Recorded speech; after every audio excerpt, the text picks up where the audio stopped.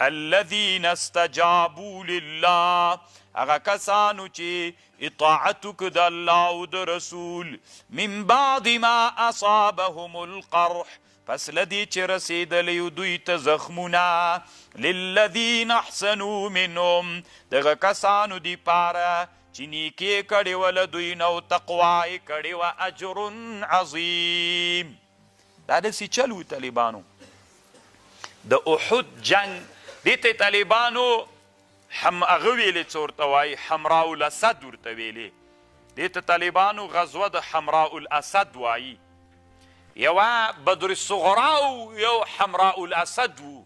علما وی روح المانی وی دا انسانانو ګډ کړی د سره، دواړه یوه مسله نه د بیلې دي، حمراء الاسد او یو بدر الصغرا ولا. هداسې چل سو. کله د احد جهاد چې ختم سو، د هفتې په ورځ او 11 ورځې د شوال د لوی او د واړه اختر 11مه ورځ وه چې دا جهاد پیک سوی ده.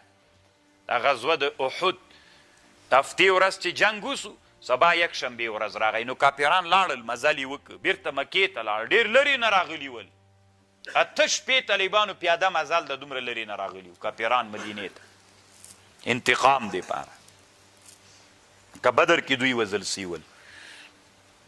نو بیا دوی چې لاړل حمراء الاسد ته ورسېدل، 8 میله دا له مدینې نه لرې ده.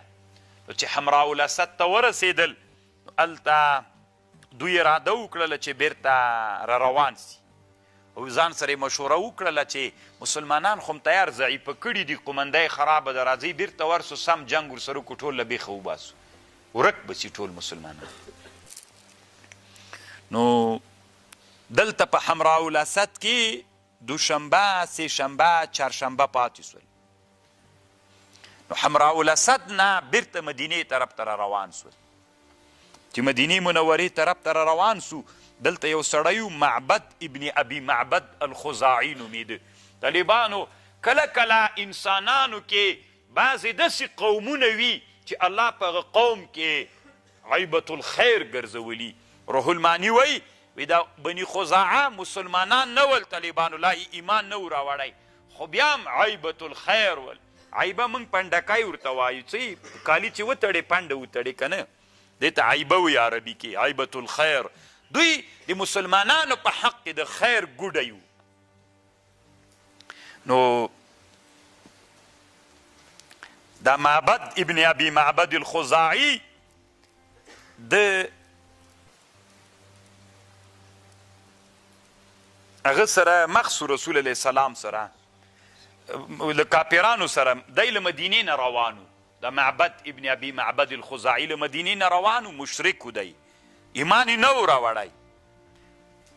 نو په روحا یو ځای ده، په دې روحا کې له هغه سره مخ سو، له ابو سفیان سره.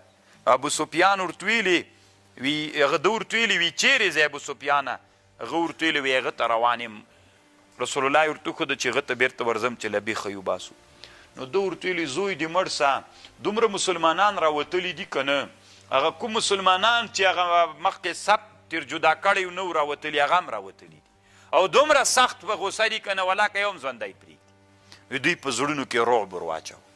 د هغه د ابو سفیان د معبد ابن ابي معبد الخزاعي، ابو سفیان خو هم ډېر کبرجن و. نو دلته یو سړی و طالبانو عبدالقیس نومیده، دا مدینې ته روانو. نو ابو سفیان ورسره مخ سو. ابو سفیان ورته ویلې چیرې ځې؟ وي مدینې ته. وي چېشته ځې؟ وي هغه جنه د خوراکي شیان راوړم، ځکه مدینه خو کښت و، پټیان اوبه لري. بیا یې ورته ویلې وایي د موږ طرف نه محمد ته یوه خبره ور ورسوه. وایي څه خبره ور ورسومه؟ بیا طالبانو څه شی هم ورکړل. نو ورته ویلې صحیح ده رسوم یې.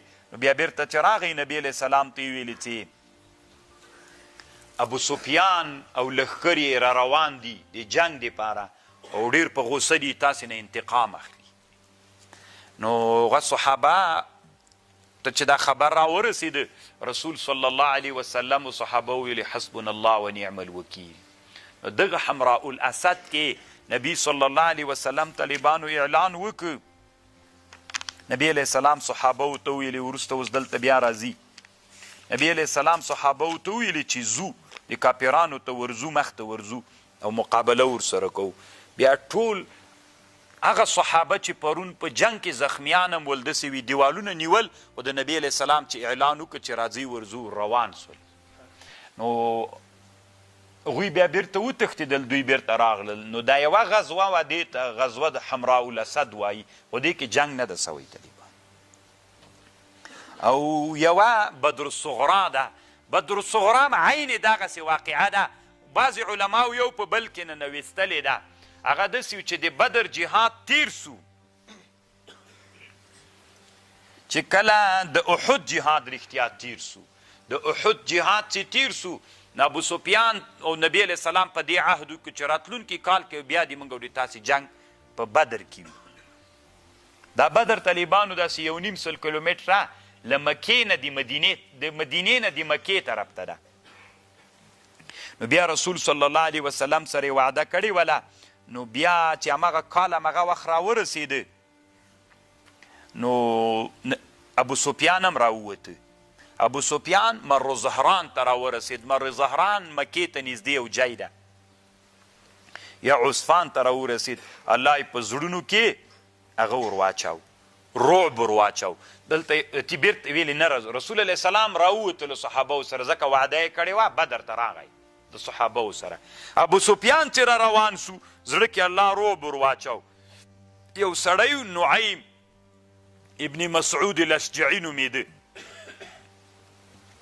دته طالبانو لس وخانې ورکړلې د ابو سفیان ورکړلې چې مدینې ته لاړ سو رسول الله وډار کا چې دی خپل موعد ته رانسي چې ورته ویلې دومره ډېر کاپیران را روان دي داسې ده واغسې ده دوی ته چې دا خبر ور ورسېده نو صحابه ویلې حسبنا الله ونعم الوکیل نو بیا راغلل صحابه راغلل د احد نه یو کال بعد همغه ورځ 8 ورځې د بدر په میدان کې تېرې کړلې خو کاپیران را نغلل ستی بیا په عربو کې خو داسې و چې اوس خو طالبانو یو د بدوي ژوند ده یو د حضارې ژوند ده د بدوي په ژوند کې بازار نه وي کله کله بازار لګېږي که نه نن بازار ولګېده ستی بیا داسې وطنو کې میلې سته طالبانو دا دلیل د دې ده چې بدوه شته طالبانو دا د بدوي نښه ده طالبانو دا کوچانی ژوند ده بدوي عربو کې هم همداسې و ستی هلته بازار لګېدلی و تجارتونه یې وکړې ګټې یې وکړلې بېرته رامغلل نو دې ته بیا بدرالصغرا ویلي هغه ته یې حمراء الاسد ویلي